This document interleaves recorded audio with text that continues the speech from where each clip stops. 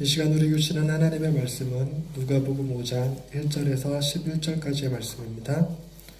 누가복음 5장 1절에서 11절까지의 말씀입니다.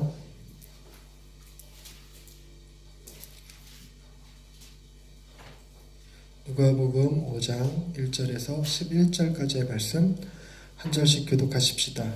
제가 먼저 1절 봅니다. 무리가 몰려와서 하나님의 말씀을 들을새 예수는 게네사렛 호숫가에 서서 호숫가에 배 두 척이 거기를 보시니 그들은 배에서 나와서 물을 치는지라. 예수께서 한 배에 오르시니 그 배는 시몬의 배라. 육지에서 조금 떼기를 청하시고 앉으사 배에서 무리를 가르치시더니 말씀을 마치시고 시몬에게 이르시되 기쁘대로 가서 물을 내려 고기를 쳐라. 시몬이 대답하여 이르되 선생님 우리들이 밤이 새도록 수고하였으되 잡은 것이 없지만은 말씀에 의지하여 내가 그물을 내리리이다 하고 그렇게 하니 고기를 잡은 것이 심이 많아 물이 찢어진지라. 이에 다른 배에 있는 동무들에게 손짓하여 와서 도와달라 하니 그들이 와서 두 배 채움에 잠기게 되었더라. 시몬 베드로가 이를 보고 예수의 무릎에 엎드려 이르되 주여 나를 떠나소서 나는 죄인이로소이다 하니 이는 자기 및 자기와 함께 있는 모든 사람이 고기 잡힌 것으로 말미암아 놀라고 새벽에 아들로서 시몬의 동업자인 야고보와 요한도 놀랐습니다. 예수께서 시몬에게 이르시되 무서워하지 말라. 이제 후로는 내가 사람을 취하리라 하시니 함께 읽겠습니다.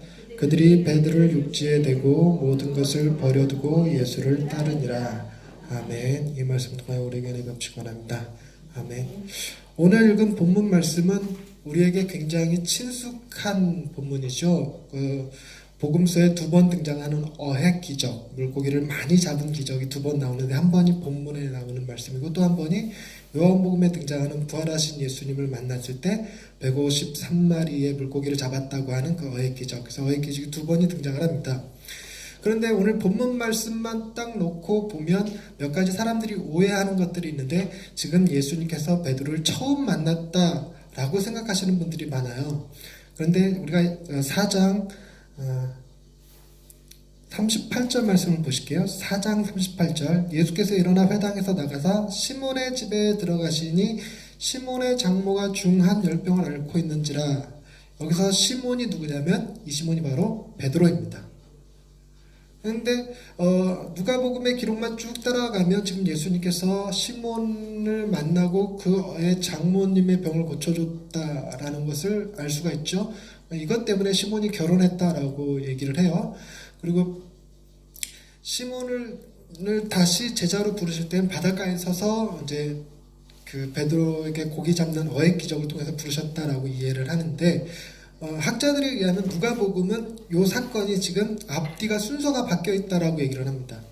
그래서 어획 기적이 시몬의 장모를 고친 사건보다 앞서 기록되어 있는 게 이제 다른 본문들 어획 기적이 아니라 베드로와 야고보와 요한 베드로와 안드레, 야고보, 요한을 부르시는 장면이 먼저 등장하고 이후에 시몬의 장모를 고치는 장면이 나와요. 근데 어찌됐건 다른 복음서가 없는 상황 내에서만 보더라도 누가복음만 보면 베드로가 지금 예수님을 처음 만난 것은 아닙니다. 그러니까 예수님의 기적을 처음 경험한 것도 아니에요. 자기가 보는 앞에서 자기와 직접적인 관련이 있는 장모가 열병에서 낫는 것을 봤으니까요. 그런데 이제 요한복음의 기록을 가만히 보면 세례 요한이 예수님이 지나가시는 것을 보고 보라 저가 하나님의 어린 양이로다. 세상 죄를 짊어지고 가는 하나님의 어린 양이로다. 그러니까 세례 요한의 제자였던 두 명이 세례 요한을 떠나서 예수님에게로 갑니다. 그때 한 사람은 요한이고 한 사람은 안드레라는 사람이었는데 이 안드레가 바로 베드로의 동생입니다. 그래서 안드레가 자기 형인 시몬을 때 가서 내가 메시아를 만났다 그러고 와서 봐라 그래서 예수님을 만나게 했는데 그때 예수님이 시몬에게 이렇게 죠 너는 장차 반석이라 하리라 하고 이름을 베드로로 바꿔주셨어요. 그러고 나서 오늘 본문 이야기가 나옵니다. 그러니까 무슨 얘기냐면 이 앞서서 먼저 예수님께서 베드로를 만나주셨고 그리고 이건 두 번째 사건이라는 겁니다. 그러니까 베드로가 지금 고기 잡다가 뜬금없이 이상한 청년 하나가 와서 배 띄워라 고기 잡아라 뭐 이랬다는 얘기가 아니라는 거죠. 그런데 우리가 보통 이런 생각을 하게 됩니다. 앞서서 먼저 베드로가 예수님을 만났어요. 그래서 이름이 시몬에서 베드로로 이름이 바뀌어졌어요. 자기 이름을 베드로로 바꿔주신 이가 바로 예수님인데 왜 고기 잡고 있었던 걸까? 왜 계속 그 뒤로 쫓아다니지 않고 고기 잡고 있었던 것일까? 학자들에 의하면 예수님께서 아직 때가 되지 않으셔서 내가 너희를 부를 때까지 각자 집에 돌아가 있어라 그랬는데, 근데 놀라운 것은 우리가 보통 생각할 때 우리가 예수님을 만나고 예수님께서 다시 나를 불러주실 거라는 기대를 가지면 우리는 보통 뭐 하고 있기가 쉽냐면 금식하며 기도하고 있을 일이 쉬워요. 그런데 예수님이 그들을 만나러 가실 때 회당에 기도하고 있는 자리를 찾아간 것도 아니고 기도를 간 것도 아니고 산 속에 뭐 기도하고 있을 돛 닦고 있을 얘를 그가 만나러 간 게 아니라 새벽에 고기 잡고 난 다음에 고기 잡은 그물을 정리하고 있을 그때 나타나셔서 일하는 자리로 찾아가셨어요. 일하는 자리로. 이게 주는 교훈이 굉장히 큰데, 여러분 가만히 하나님의 부르심을 받았던 사람들이 어떤 상황 가운데서 부르심을 받았는지를 생각해 볼 필요가 있습니다. 우리가 잘 알고 있는 사람들 가운데 다윗은 언제 부르심을 받았죠?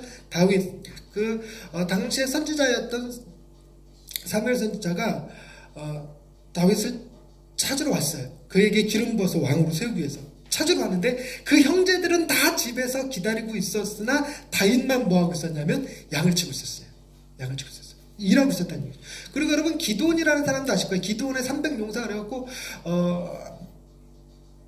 아말렉 족속이랑 미디안 족속이랑 전쟁을 치르고 있을 때 기드온이라고 하는 한 사람이 미디안 사람들 몰래 숨어서 밀을 타작하느라고 포도즙 틀, 포도즙 틀이 이렇게 담이 좀 있거든요. 그 담 속에 들어가갖고 몰래 깨작 밀타작하고 있는데 그때 하나님의 천사가 딱 나타나고 너 하나님의 큰 용사여 하고 부르십니다. 그래서 기드온도 역시나 뭐 하고 있을 때 주님의 하나님의 콜링 부르심을 받았냐면 일하고 있을 때 부르심을 받았어요. 그리고 여러분 예수님의 제자들 가운데 세리였던 마태복음의 저자 세리 마태, 그 사람은 언제 주님이 부르셨냐면 그가 길에서 세금을 징수하고 있을 때 예수님이 오셔서 너는 이제부터 나를 따르라 하고 그것을 따라가게 됩니다. 여러분 가장 심하게는 누구도 떠올릴 수 있냐면 사울, 이름이 바울로 바뀌었죠. 그가 언제 부르심을 받냐면 사울이 대제사장으로부터 기독교인들을 잡아 죽이라고 하는 공문을 받아들고 다메섹이라는 곳으로 예수 믿는 사람들을 잡으러 가는 길에, 출장 가는 길에 주님이 만나주셨어요. 그러니까 무슨 얘기냐면 우리가 주님을 만날 수 있는 자리는 반드시 교회나 기도원이나 회당이나 성전으로 국한되지 않는다는 겁니다. 물론 기도 중에 부르심을 받을 사무엘과 같은 대표적인 사람도 있어요. 그러나 그런 사람들 말고 거의 대다수 성경에 나오는 사람들은 다 삶의 현장에서 부르심을 받아요. 그가 일하고 있는 자리에서, 쉬고 있는 시간이 아니라 잘못된 일이든 잘하는 일이든 간에 일하고 있는 타이밍 때 주님이 부르셨다는 겁니다. 그러니까 여러분 우리도 우리의 어느 자리가 더욱 거룩하고 복된 자리여야 되냐면 일하는 자리가 거룩하고 복된 자리여야 됩니다. 그곳에서 주님을 만나기가 쉬운 거예요. 그곳에서 주님이 부르시거든요. 그러니까 주님의 부르심을 막 대판 직장에서 싸우고 에이 때려쳐야지 내가 신학교 나가야지 이러고 해서 가는 게 아닙니다.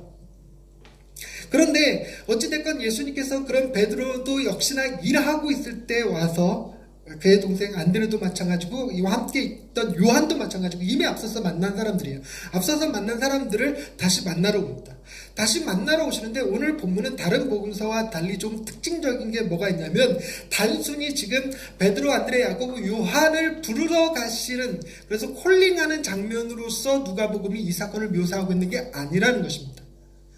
다른 본문들을 보면 그냥 일하고 있던, 새벽에 금을 걷어서 정리하고 있는 베드로, 안드레, 야고보, 요한을 보시고 너희는 이제부터 사람을 낳는 어부가 되리라, 나를 따라오너라 하고 불러요. 따라오너라 부르니까 그들이 곧 그물을 배와 함께 그의 아버지를 버려두고 예수를 따르니라, 이렇게 돼 있어요. 그랬는데 오늘 본문은 예수님께서 부르시는 장면이 없어요. 너희는 나를 따르라 하는 말이 없어요. 따르라는 말이 없이 대신 뭐만 적혀있냐면 10절에 이제 후로는 네가 사람을 취하리라 하고 하는 예언적 메시지, 네가 이제부터는 어떤 삶을 살게 될 것이라고 하는 예언적 메시지만 줬을 뿐이에요. 그러니까 지금 누가가 하고 싶은 얘기는 뭐냐면 예수님이 베드로, 안드레, 야고보, 요한을 부르시기 위해서 그곳에 가셨다라는 것을 언급하기 위해서 본문의 이야기를 하는 것은 아니고요. 더더군다나 5장 1절 보시면 무리가 몰려왔대요. 무리가 몰려와서 하나님의 말씀을 들을 때, 그러니까 예수님께서 지금 게네사렛 호숫가에서 베드로와 안드레, 야고보, 요한을 만나시는 게 아니라 설교하셨던 거예요. 설교하시는데 여러분, 낮에는요 바람이 산에서 바다 쪽으로 불고, 아침에는요 새벽이나 아침에는 바다에서부터 산으로 바람이 불어요. 그러니까 지금같이 마이크가 없던 시절에 육성으로 설교를 많은 사람들한테 해야 될 때는 그 바람을 등지고 서서 설교자가 이야기를 해야 자기 목소리가 바람 타고 가거든요. 그래서 산상수훈은 산 위에서 바다 쪽을 향하여 예수님께서 설교하신 거고, 오늘 본문은 바다에서 육지 쪽으로 설교를 하시는 거예요. 그러니까 이제 그 바다에 내려가셔서 무리들이 몰려니까 어디서 설교하는 게 좋을까? 그러니까 배에 올라타셔서 배에서 살짝 띄워갖고 육지에서 살짝 띄워서 거기서 이렇게 설교를 하시면 바람을 타고 많은 사람들한테 설교가 전달될 수 있으니까 그런 형태를 취하셨던 거예요. 그런데 그런 설교를 한참 하시고 난 다음에 무슨 얘기를 하냐면, 그 배 주인이었던 베드로에게 깊은 데로 가서 그물을 던져라 이렇게 얘기합니다. 깊은 데로 가서 그물을 던져라. 그런데 이게 여러분 굉장히 불가능한 일이에요. 깊은 데로 가서 그물을 던져갖고는 그 갈릴리 바다에서 고기를 한 마리도 잡을 수가 없습니다. 왜냐하면 갈릴리 바다의 특성 때문에 그러는데요. 갈릴리 바다는 그 위에 헐몬산이라고 부르는 만년설이 있는 산이 있어요. 그 산이 눈이 쌓여 있는 산이기 때문에 찬 공기가 형성이 되어 있고요. 갈릴리 바다는 바다이기 때문에 거기에 따뜻한 공기가 형성이 되어 있습니다.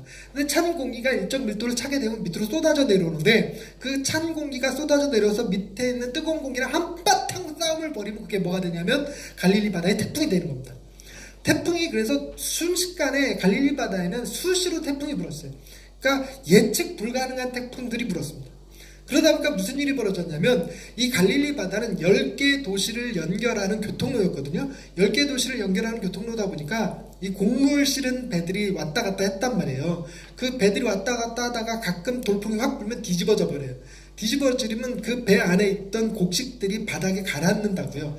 그러면 물고기들은 뭘 먹고 사냐면, 태양이 떠 있는 낮에는 일조량이 충분할 때는 바닥에 그 갈릴리 바다 밑바닥에 내려가서 거기서 고기를 곡물을 이렇게 먹고 살아요. 그러다가 이제 해가 지게 되면 해수면 가까이에 올라옵니다. 그래서 낚시는, 고기잡이는 언제 하냐면 밤에 하는 거예요. 밤에 그물 던져서 잡습니다. 그래갖고 아침이 되면 고기들이 가라앉기 시작하니까 그때는 그물 던져봐야 소용없으니까 나와서 그물을 정리하는 거예요. 그런데 그런 낮 시간에 지금 예수님께서 하필이면 어디다가 그물을 던지라고 그러냐면 깊은 곳에 그물을 던지래요. 깊은 곳에는 그물이 바닥까지 닿질 않아서 고기를 잡을 수가 없습니다. 그 낮에는 차라리 호숫가에 있어서 그냥 그물 투망 던져갖고 잡는 거 외에는 방법이 없어요. 그런데 그 베드로, 그 갈릴리 바다에서 잔뼈가 굵은 이 마두로스한테 목수 출신인 예수님께서 깊은 데로 가서 그물을 던지려는 거예요. 이게 말이 됩니까? 이게 말이 안 되니까 베드로가 뭐라고 그러냐면, 5절 말씀을 보십시다. 시몬이 대답하여 이르되, 선생님, 우리들이 밤이 새도록 수고하였을 때 잡은 것이 없지만은 말씀에 의지하여 내가 그물을 내리리이다 라고 얘기해요. 근데 지금 표현이 선생님 그러죠. 여러분, 예수님한테 선생님 할 짬밥입니까? 베드로가 이미 세례 요한을 통해서 그가 메시아라고 하는 사실을, 안드레를 통해서, 자기 동생을 통해서 메시아라는 사실을 인식하고 있는 상태였는데도 불구하고 선생님이라고 기록된 거예요. 그러니까 아마도 베드로가 선생님이라고 했다기보다 누가가 이런 어떤 편집적인 의도가 들어가지 않았을까 싶기는 해요. 근데 어찌됐건 선생님, 우리들이 밤이 새도록 수고했을 때 잡은 것이 없지만은 말씀에 의지하여 내가 그물을 내리리다 라고 얘기를 합니다. 그래서 우리가 찬양 부를 때도 이러죠. 믿음으로 그물 던져, 뭐 이런 찬양을 하는데, 이 행동 때문에 베드로가 자기의 생각과는 전혀 다르게 고기를 잡을 수 없는 상황 속에서 잡을 수 없는 지점에다가 그물 던지라는 말씀에 순종해서 그물을 던졌더니 2배 가득 차게 고기를 잡았다. 순종이 놀라운 역사를 일으킨다 라고 생각하게끔 만들었어요. 그런데 이게 해석자에 따라서 조금씩 다른 해석들을 가지고 있는데, 이 베드로의 이 대답, 이것이 과연 순종의 대답인가 아닌가는 좀 차치하고 다음 말씀을 보십시다. 고기가 잔뜩 잡히게 되니까 8절 말씀을 한번 보세요. 8절 말씀. 시몬 베드로가 이를 보고 예수의 무릎 아래 엎드려 이르되 주여 나를 떠나소서 나는 죄인이로소이다 그래요. 이상하지 않습니까?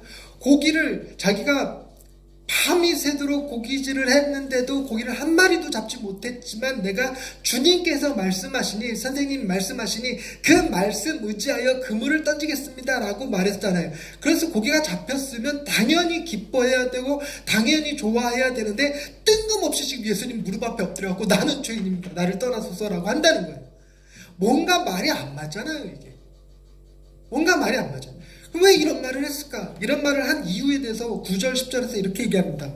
이는 자기 및 자기와 함께 있는 모든 사람이 고기 잡힌 것으로 말미암아 뭐했다? 놀랬다라고 얘기합니다. 놀랬다.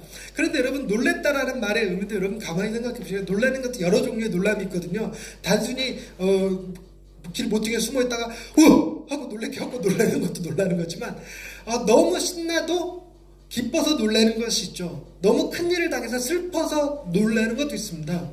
과연 지금 베드로는 슬퍼서 놀랬을까요? 기뻐서 놀랬을까요? 그걸 알려면 10절 말씀을 읽어야 되겠어요. 10절 말씀. 세베대의 아들로서 시몬의 동업자인 야고보와 요한도 놀랐습니다. 얘들도 놀랐어요. 예수께서 시몬에게 이르시되 뭐 하지 말라? 무서워하지 말라. 그러니까 기뻐하고 있는 게 아니잖아요. 지금 베드로가 덜덜덜덜 떨면서 지금 놀랬다는 거예요. 덜덜덜덜 떨면서 놀랬다는 겁니다. 그러니까 아니 지가 말씀에 의지해서 그물을 던졌는데 왜 무서워하냐는 거예요. 왜 무서워하는 거예요. 그러니까 어쩌면 베드로가 그물을 던졌을 때 고기가 잡힐 거라는 기대를 가지고 던진 걸까요? 잡히지 않을 거라는 생각으로 던졌을까요? 아닐 거라고 생각하고 던지니까 잡힌 거예요. 놀란 거예요. 고기가 잡히지 않을 거라 생각하고 던졌는데 잡혀요. 그래서 놀랐어요. 그럼 과연 이게 순종이냐는 겁니다. 과연 이게 베드로가 말씀에 의지한 게 맞냐? 그냥 비아냥거린 거 아니냐? 보세요. 지금은 고기 잡을 수 있는 시간이 아닙니다. 그리고 깊은 데는요. 고기 잡을 수 있는 장소도 아닙니다. 그리고요. 내가 어부고 당신은 목수잖아요. 그래서 한번 던져보십시다. 잡히나 안 잡히나. 이런 심정이었을지도 모른다는 거예요. 내 기껏 정리까지 다 그물까지 다 정리했는데 고기 한 마리도 안 잡히면 당신 대신 그물 정리해야 돼? 뭐 이런 심정으로다가 그물을 던졌을 수도 있다는 겁니다. 어찌됐건 베드로는 예수님 앞에 굉장히 두려움 가운데 떨고 있다라는 사실이에요. 그런데 여기에 담긴 신학적 의미가 또 다른 게 있더라고요. 그게 뭐냐면요. 우리가 아모스 4장 2절을 한번 찾아서 읽어봐야 돼요. 아모스 구약에 있습니다. 구약에 호세아, 요엘, 아모스라고 하는 이렇게 뒤에 상당히 뒤에 부분이 있어요. 아모스 4장 말씀인데요. 페이지 수로 1278페이지 1278페이지에 보면 아모스 4장 2절 말씀입니다. 아모스 4장 2절 말씀 한 목소리를 읽을 거예요. 아모스 4장 2절 말씀 시작. 주 여호와께서 자기의 거룩함을 두고 맹세하시되 때가 너희에게 이를지라 사람이 갈고리로 너희를 끌어가며 낚시로 너희 남은 자들도 그리하리라. 여기 낚시가 등장하잖아요. 지금 이 낚시가 등장한 이 본문은 분위기가 굉장히 밝고 긍정적인 것 같습니까? 어둡고 무섭습니까? 어둡고 무서워요. 이건 지금 낚시는 심판을 의미하고 있습니다. 구약에서 낚시와 관련된 본문들이 몇 개 있는데 대부분 다 뭐하고 관련되어 있냐면 하나님의 심판과 관련되어 있어요. 심판과. 그러니까 낚시라고 하는 이미지가 많은 사람들에게 어떤 의미로 가지냐면 이스라엘 사람들에게 이것은 하나님의 심판하심에 대한 의미라는 것을 갖게 돼요. 근데 베드로가 그물을 딱 던졌을 때 고기가 한 마리도 안 잡혀야 맞는데 고기가 왕창 잡히잖아요.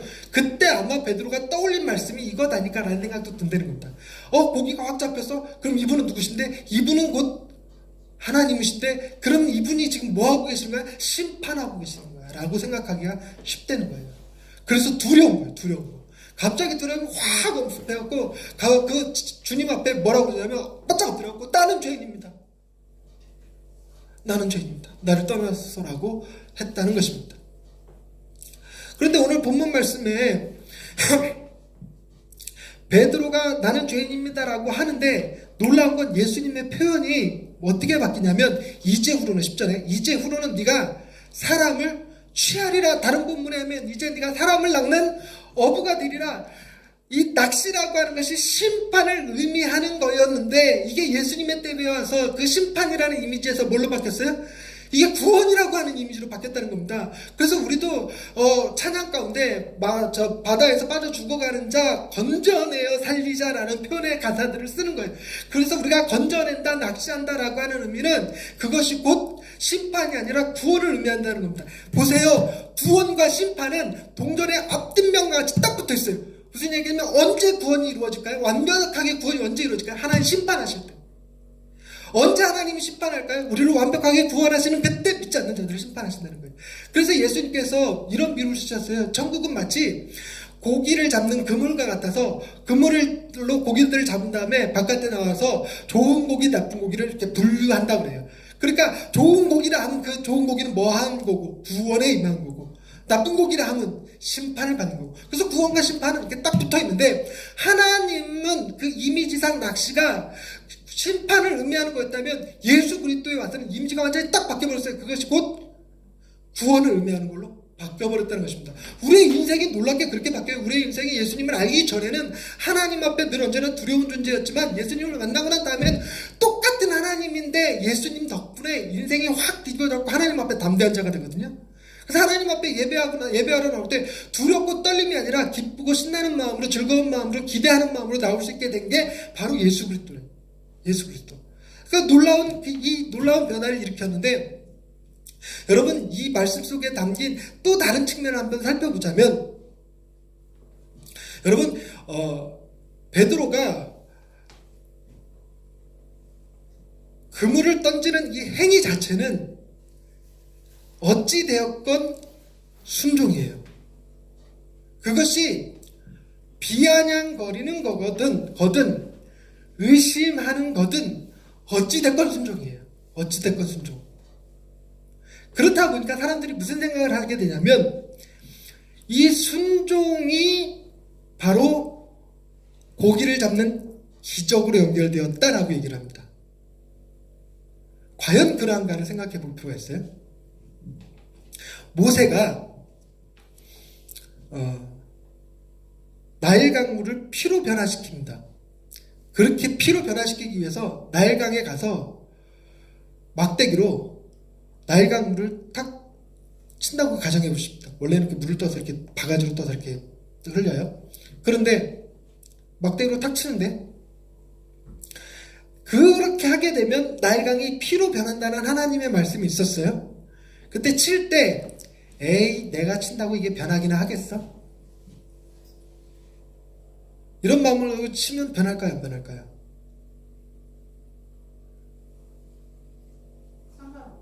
상관없어요.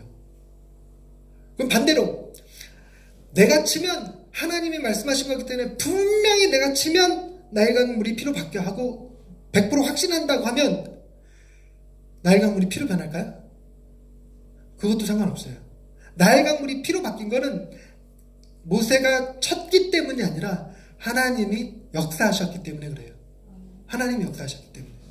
그러니까 우리는 자꾸만 무슨 생각하냐면 인간의 순종이 어떤 결과를 가져왔다라고 생각하기 위해서 인간이 100% 믿음을 가지고 순종하기만 하면 하나님께서 다 역사하신다라는 말씀을 주기 때문에 모세가 그 강물을 쳤을 때 그는 일말에 조금도 의심 없이 내리쳤기 때문에 그 나일 강물이 피로 변했다. 일말에 의심 없이 손을 내어 밀었기 때문에 홍해가 반으로 갈라졌다 라고 생각한다는 거예요.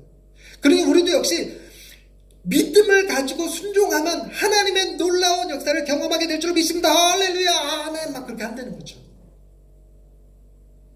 근데 오늘 본문 말씀은 여러분 베드로가 100% 믿음으로 순종한 행위가 아니었다라는 것입니다. 그럼에도 불구하고 그의 행위를 통해서 고기가 잡혔어요. 고기가 잡혔어요. 근데 그가 고기를 잡았는데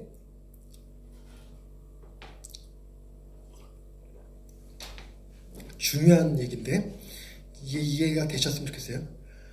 믿음으로 순종함으로 믿음으로가 아니라 순종함으로 고기를 잡은 베드로의 행위는 예수님 앞에 범죄한 행위입니까? 순종한 행위입니까? 말이 이상하다. 베드로가 지금 순종함으로 고기를 잡은 이 행위는 주님 앞에 칭찬을 들을 일입니까? 주님 앞에 심판을 걱정해야 될 일입니까? 베드로 행동을 보십시오. 베드로 행동을. 고기가 안 잡혔으면 다행인데 잡히는 바람에 베드로가 주님 앞에 엎드려 나는 죄인입니다라고 했다는 거예요.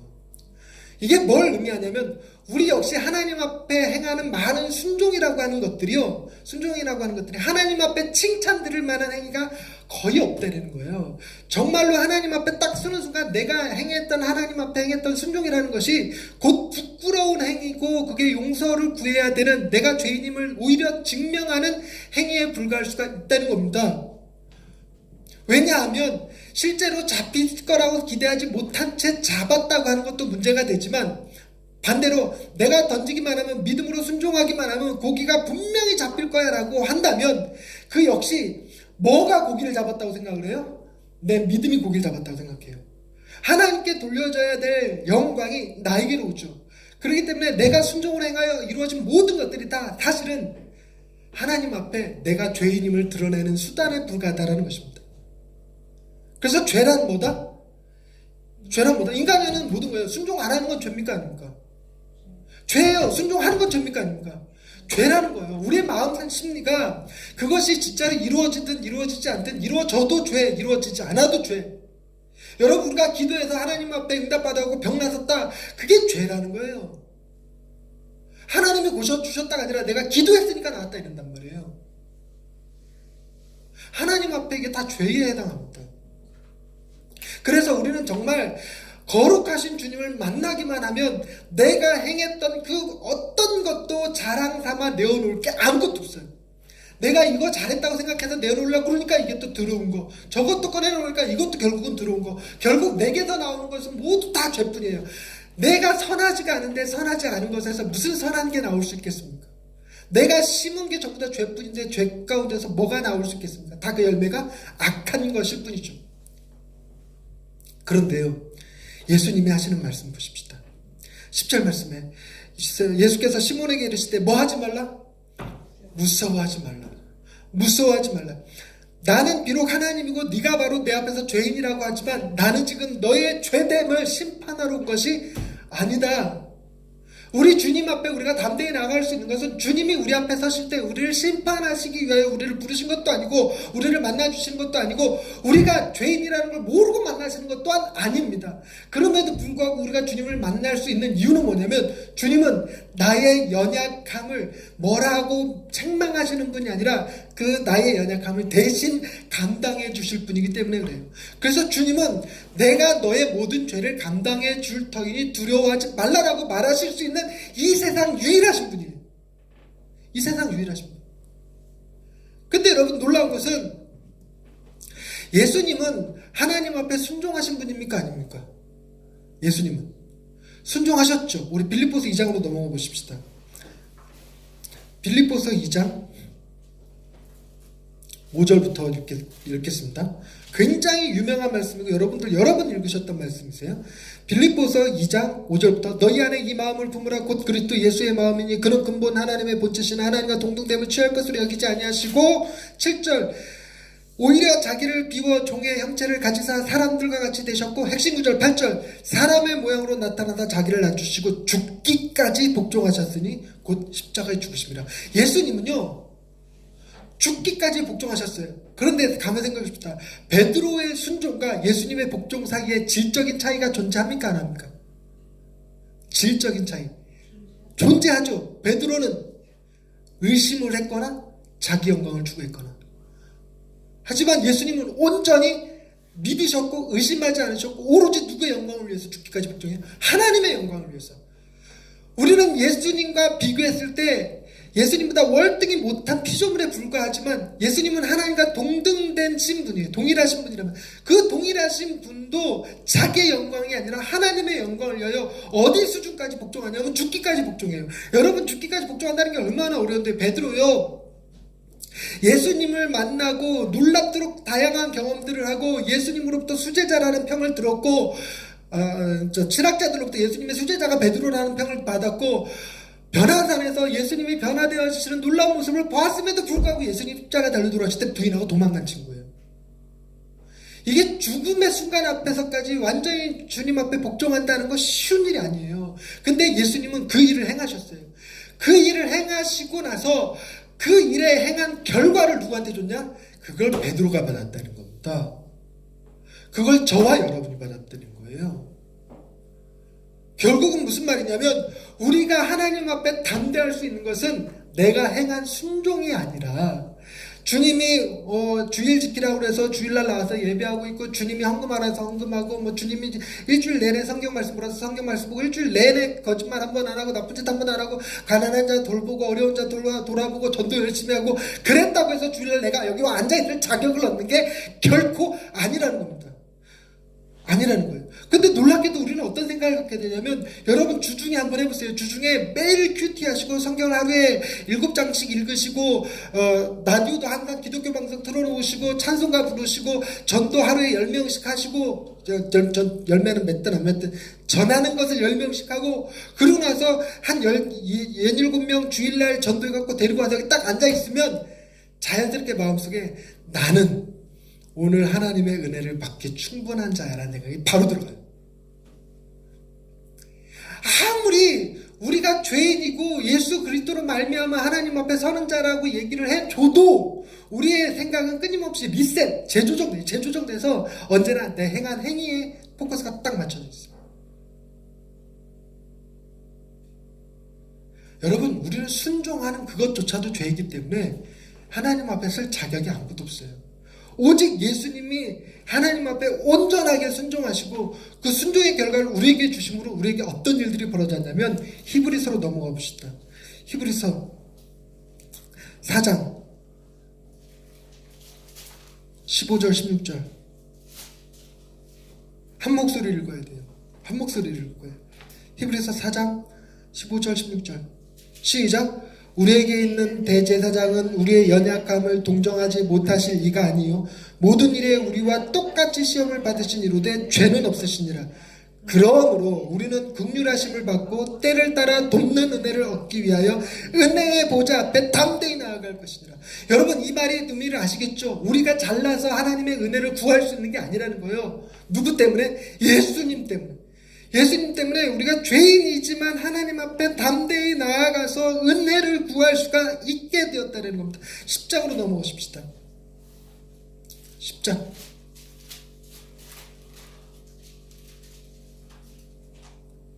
히브리서 10장 19절 20절 말씀입니다. 19절 20절 말씀 한 목소리 읽을 거예요. 시작. 그러므로 형제들아, 우리가 예수의 피를 힘입어 성소에 들어갈 담력을 얻었나니 그 길은 우리를 위하여 휘장 가운데로 열어놓으신 새로운 살 길이요 휘장 곧 그의 육체니라. 우리가 성소에 들어갈 담력을 얻었는데 그 담력을 뭘로 얻었다고요? 우리의 선한 행위요? 아니죠. 뭘로 얻었다고요? 예수 그리스도의 피. 그분이 육체로다가 성소 휘장을 찢어 놓으셨기 때문에 우리가 예수 그리스도의 피를 힘입어서 하나님 앞에 나아갈 담력을 얻었다고요. 여러분, 우리가 주님 앞에 나올 때는 결코 우리의 의로 나오는 게 아닙니다. 내가 순종해서 나오는 게 아니에요. 만에 하나 여러분 삶 가운데서 하나님 앞에 받은 복이 있다고 생각이 된다면 10중 8구 내가 기도했으니까 그래, 예배 잘 드렸으니까 그래, 신앙생활 똑바로 했으니까 그래 라고 생각한다면 착각이에요. 그런 생각 자체가 하나님 앞에 죄에 불과합니다.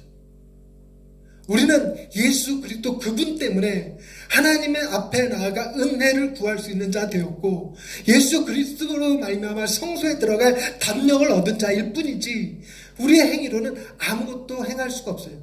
우리의 행위가 아무리 선하게 가득 있다 할지라도 주님 만나는 순간 베드로처럼 엎드려서 나는 죄인으로서이다 나를 떠나소서라고 밖에 말 못한다는 것입니다. 놀라운 반전이 그 안에 있는 거예요. 한 마리도 잡지 못했던 베드로가 2배 가득 차게 잡은 것도 놀라운 반전.